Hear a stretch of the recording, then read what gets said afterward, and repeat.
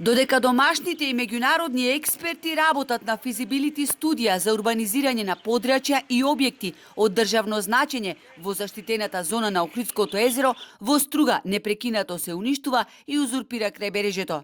За ваквата девастација на државно земјиште, граѓанските активисти доставија представка до Државниот инспекторат за животна средина и до соодветните општински инспекциски служби, веднаш да постапат и да се спречи понатамошното уништување на крајбрежјето, а против оние кои го сториле тоа, да има санкции.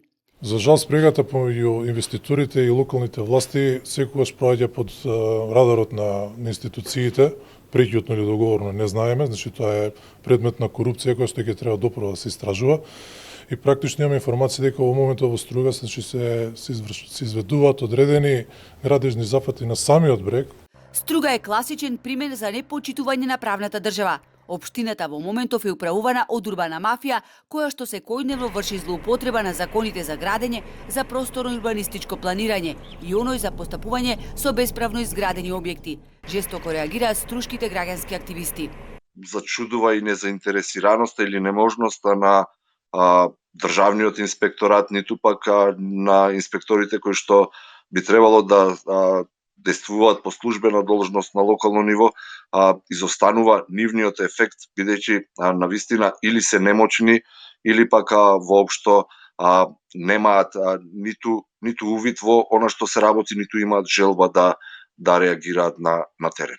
Иако општина Струга по неодамнешната средба со експертите сподели информација дека најодговорно и најпрофесионално ги извршувала сите обврски и задолженија кои произлегуваат од мониторинг мисијата на УНЕСКО, дали ова највисоко ниво на заштита, прашуваат екологистите.